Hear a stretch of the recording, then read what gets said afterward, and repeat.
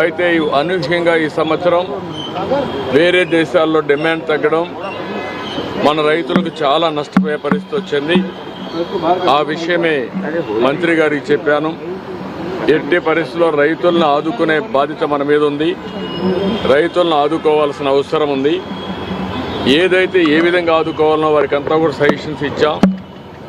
మామూలుగా అయితే ఎంఐఎస్ కింద మార్కెట్ ఇంటర్వెన్షన్ స్కీమ్ కింద 25% ఇంటర్వ్యూన్ అవుతారు.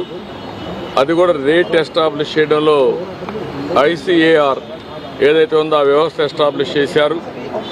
వాళ్ళు కూడా ప్రాక్టికల్ రేట్ కాకుండా ఆంధ్రప్రదేశ్లో ఉండే కాస్ట్ ఆఫ్ కల్టివేషన్ తీసుకోకుండా వాళ్ళు ఒక రేట్ ఇచ్చే పరిస్థితికి వచ్చారు. అవన్నీ సరిచేయాలని చెప్పాను. రేపు ఒక మీటింగ్ పెట్టుకొని మళ్ళీ మాకు ఒక ఇన్ఫర్మేషన్ ఇస్తూ ఉంటున్నారు. రైతులను ఆదుకోవాలి. 25% సీలింగ్ తీసేసి అవసరమైతే వాళ్ళ యొక్క వ్యవస్థలో గ్రూప్ ఆఫ్ మినిస్టర్స్ ఉన్నారు, కమిటీ ఆఫ్ మినిస్టర్స్ ఉన్నారు. వాళ్ళు కూర్చొని నిర్ణయం చేసి రైతులకు మేలు చేయాల్సిన అవసరం ఉంది. రెండోది, ఏదైతే 50% అంటే వాళ్ళు 50% ఇస్తే రాష్ట్రం 50% ఇవ్వాలనేది కూడా ఉంది. దాన్ని కూడా ఏం చేయాలో కూడా ఆలోచించమన్నాను. ఏదేమైనా రాష్ట్రంలో ఉండే రైతులకు న్యాయం చేయాల్సిన బాధ్యత ఉంది.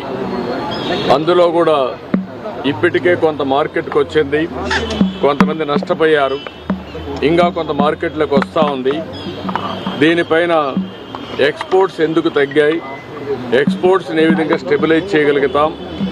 రేపు ఇక్కడుండే కామర్స్ డిపార్ట్మెంట్ని, అదే మరి అగ్రికల్చర్ డిపార్ట్మెంట్, మినిస్ట్రీస్ అన్ని కూర్చొని మాట్లాడి ఈ యొక్క ఎక్స్పోర్ట్స్ను కూడా ఎట్లా ప్రమోట్ చేయాలని కూడా వర్కౌట్ చేస్తామని చెప్పి హామీ ఇచ్చారు.